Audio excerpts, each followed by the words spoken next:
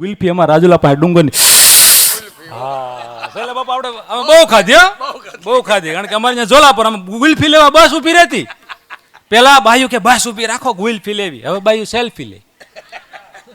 હા અમુક અમુક બેનું સેલ્ફી લે ત્યારે એવું ટાહું ડાસું કરે, આપણને એમ થાય મૂળ સ્વરૂપ બતાવે છે. હમણાં તો એક બેન પતિ શૈલેષ આમાં આવે હવ નું આવે આ બોલો દીપક બાપુ. અશોક બાપુ નથી ને આજ, એને લાઈવ બતાવી દેજો આજ.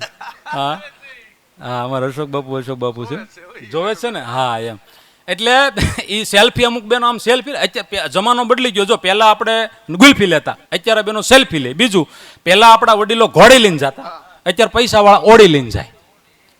પહેલા ગુલ્ફી લેતા, અત્યારે સેલ્ફી લે. પહેલા આપણા વડીલો ઘોડી લઈને જતા, અત્યારે પૈસા વાળા ઓડી લઈને જાય.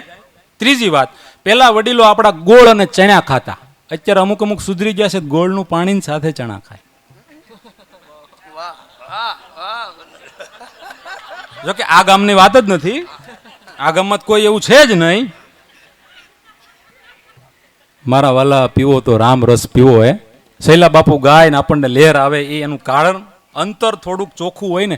સાહેબ તમને એટલું કહું, તમારા ઘરમાં તમારા ઘટમાં વાતાવરણ એવું બનાવજો કે તમારા ગુરુ મહારાજને આવવાનું મન થાય, તમારા કુળદેવીને આવવાનું મન થાય, તમારા ઈષ્ટદેવને તમારા ઘરમાં આવવાનું મન થાય, એવું તમારા ઘટમાં ઘરમાં વાતાવરણ બનાવજો.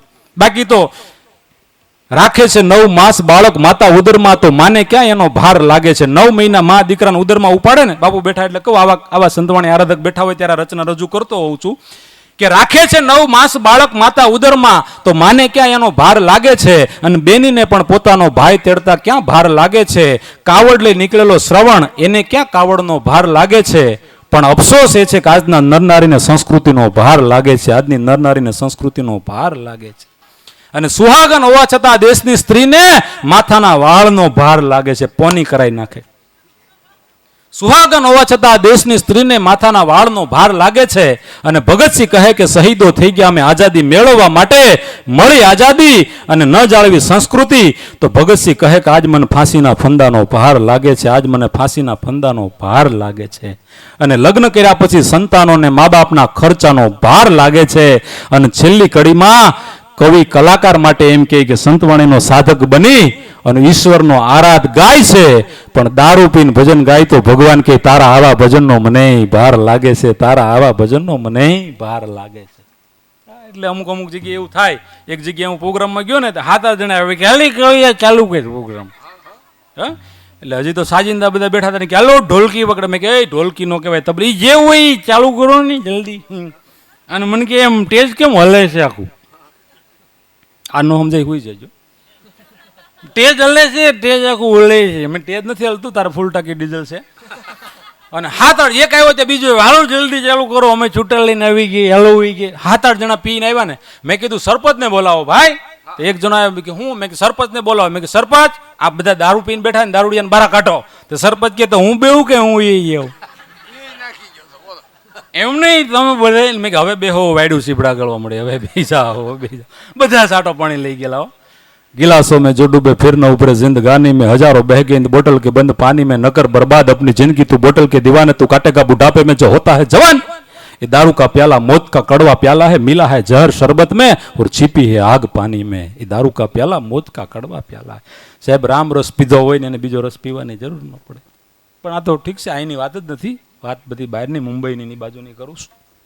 અમે પ્રોગ્રામ કરવા જઈએ તો અમને ત્યાં અમુક મિત્રો મળે, ઘનશ્યામ બાપુ. મેં કે તમે અહીંયા શું કામ આવ્યા? મેં કે અમારો પ્રોગ્રામ હતો. પછી મેં કે તમે શું કામ આવ્યા? કે અમારે પ્રોગ્રામ છે. ઠીક છે, હો નો એ આનંદ છે, આપણે બહુ એમાં નથી જવું. પણ પગને સતાવે એવી કોઈ પાયલ નથી, 2 પંક્તિ લખવાથી કોઈ શાયર નથી. આ તો દુનિયામાં રહીને હસે છે લોકો, બાકી એવું દિલ બતાવો જે ઘાયલ નથી, એવું દિલ બતાવો જે ઘાયલ નથી. સાહેબ શૈલેષ બાપુ, આપણે દુનિયા આખીમાં ભલે ગાઈ બોલીએ, પણ હૃદય ઉપર રાખીને વાત કહેજો કે આ કલાના મંચ ઉપર જે વ્યક્તિ આવે એ દિલના દર્દમાંથી પસાર થયો હોય. પછી સમાજનું હોય, પરિવારનું હોય, ગામનું હોય, કુટુંબનું હોય, શરીરનું હોય. બાકી મેં એટલું અનુભવ્યું છે કે આ કલાના મંચ ઉપર આ વગાડે ને ઉસ્તાદ, ધ્રુવ ઉસ્તાદ, એમને ન વાગે સાહેબ.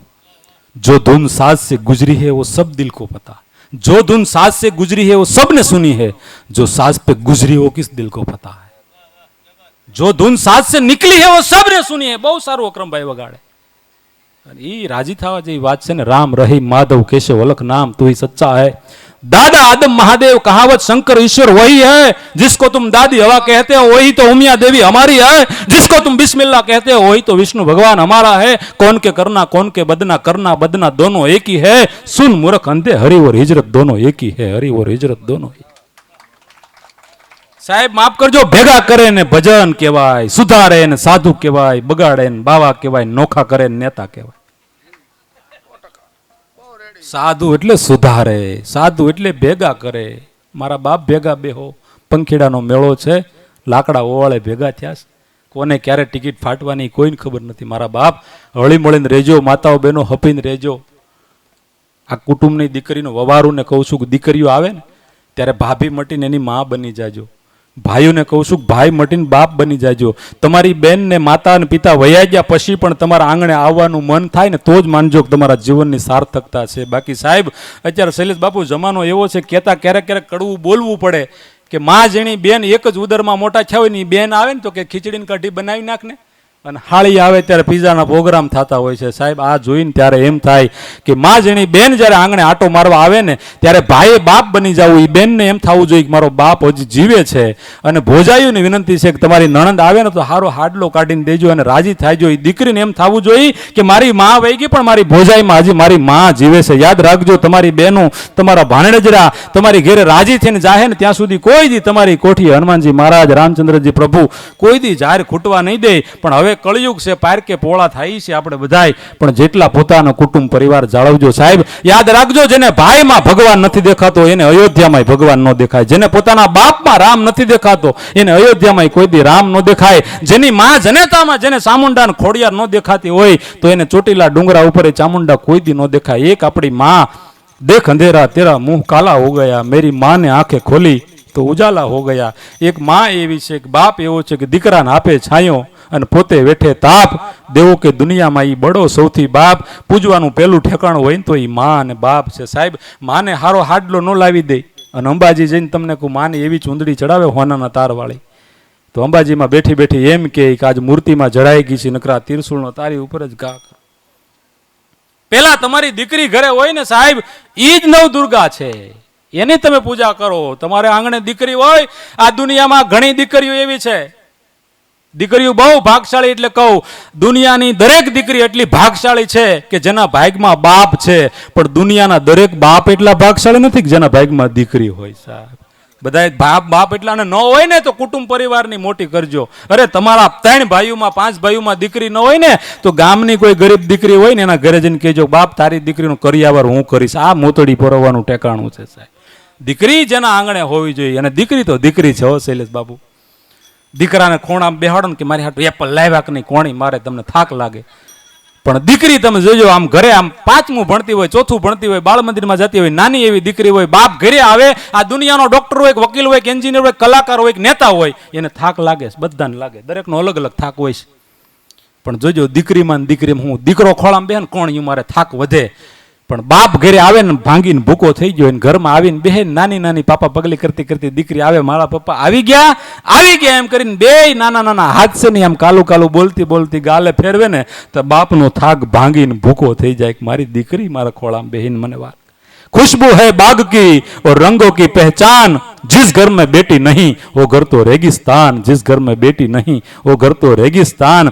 દુનિયાની દરેક દીકરી ભાગશાળી છે કે એને બાપ મળ્યો, પણ દુનિયાના દરેક બાપ એટલા ભાગશાળી નથી કે એને દીકરી મળી. જેના ઘરે દીકરી હોય ને સાક્ષાત નવદુર્ગા છે, એની પૂજા કરજો. કુટુંબ પરિવાર છે એ ભાવના રાખજો. સાહેબ એક ચા આવી ને પાછી આપી જ દો, ફેરવી જ દો. ચા ફેરવો એ સારી વાત છે. હા સમજણની વાત છે ને, પાણી એ સેવા છે ને યાર, પી લ્યો. હવે મારે શું છે મારો વારો આવે ને ચા હું દાંત કાઢું ને એક જગ્યાએ પ્રોગ્રામ હતો વડીલ ફૂદીને ફુવારો કર્યો ને આગળ વાળાને જભો ભરાઈ રહ્યો એટલે બે જ મિનિટ ચા પી જ લ્યો. પછી પાછા આપણે એવા શૈલેષ બાપુને આપણે સાંભળવા ભજન તરફ જાવું. ચા છે યાર, અંગ્રેજો આપણને આપીને ગયા છે. એક મેં વાત સાંભળેલી બાપુ કે અંગ્રેજો જ્યારે આ દેશમાં શાસન ચલાવતા હતા અને ત્યારે એક વ્યક્તિ અંગ્રેજોના મહેલમાં કે એની જે પણ કચેરી હોય ત્યાં સફાઈ કામદારનો દીકરો સફાઈ કરતો હતો. અને એક લોખંડનું પૈડું ત્યાં પડેલું અને આ મેં સાંભળેલી વાત છે, સાચી ન ખોટી, સાચી ખોટી ભગવાન જાણે, પણ સત્ય લાગે છે મને, વાતમાં તથ્ય લાગે છે કે એ સફાઈ કામદારનો દીકરો એ અંગ્રેજોની જે મેલ હતો કે જે પણ એની કચેરી હતી એમાં સફાઈ કામ કરતો હતો, અને એક અંગ્રેજે હવારમાં જોયું તો સફાઈ કામદારનો દીકરો સફાઈ કરતા કરતા એ લોખંડનું પૈડું હતું ને એને આમ એકાઈથી ઊંચું કરીને હેઠેથી આમ હાવણીથી વાળીને પૈડું મૂકી દીધું, અને અંગ્રેજની આંખું ફાટી ગઈ કે આ ભારતના યુવાનોમાં એટલી તાકાત છે, જાજા વર્ષ ગુલામી કરવી હોય તો આને કંઈક એવું પીણું આવતા જાય કે એક આઈથી લોખંડનું પૈડું ઊંચું કરીને આમ ના આમ હાંજવારી આમ વાળી લીધો કચરો, અને ત્યારે અંગ્રેજો જોઈ કે આટલી તાકાત ભારત દેશના જુવાનોમાં છે, એટલે હવે આને કંઈક એવું પીણું આપતા જાય કે પીધા વગર નાડ્યું તૂટ્યા કરે. હા, અને જોવો અત્યારે ખરેખર આમ કોઈ જ ન સડે, ખરેખર ચા તમે ગમે ને ચા મળે ને પછી મજા આવે એમ અમુક અને હવે એ આપણે સડી ગયું છે એમ ન્યુકોટિન રગો રગોમાં, એટલે પણ ચા સુધી વાંધો નથી, એટલે એ આપતા ગયા છે આપણને હારવાર બીજું બધું આપતા ગયા છે કે તાકાત આપણી ઘટી ગઈ અને એમાં આપણે બધા હો અલગ રીતે બટાઈ ગયા છીએ, પણ આપણે આપણી સાચી તાકાત ઓળખીએ, આપણી જગ્યાઓના સંતોને ઓળખીએ, બહાર આપણે ક્યાંય જવાની જરૂર નથી, અહીંયા ધૂણા હજી એવા છે, અહીંયા હજી એવી જ્યોત જાગે છે સાહેબ કે હજી હોકારો દે એવી આયુ એવી ચારણ જગદંબાવું છે. આપણી જ્યાં કેવી પરંપરા હતી સાહેબ, ખેતરમાં આમ અન્નના ખળા સાહેબ, અનાજ આમ ફાટાફાટ ખેતર ભરાતા હોય ને, એ ખેતર આપ્યા પહેલા એમ કહેવાય કે સાધુનું અલગ કરાતું, ચારણ દેવ હોય, બારોડ દેવ હોય એમના ઘરે, બ્રહ્મદેવ હોય, ભૂદેવ એમના ઘરે અનાજ દેવાતું. હવે તો ગૌસર જ નથી રહેવા દીધા. હે ખાધા છે કચરા ખલપના, ખૂબ દૂધ પર બહુ મીઠા દીધા. ઈ ગવત્રી પણ એમને રખડતી હોય. આ યુગનો પ્રભાવ છે, જેટલી થાય એટલી સંસ્કૃતિની, ધર્મની, ક્યાંક કીડિયારું, ક્યાંક કૂતરાને રોટલો, આવું ક્યાંક દેવાઈ જાય. આપણો ધર્મ હાવ હેલો છે, બહુ અઘરો ધર્મ છે જ નહીં, આટલું આપણા સંતો મહાપુરુષો શીખવાડ્યું હતું.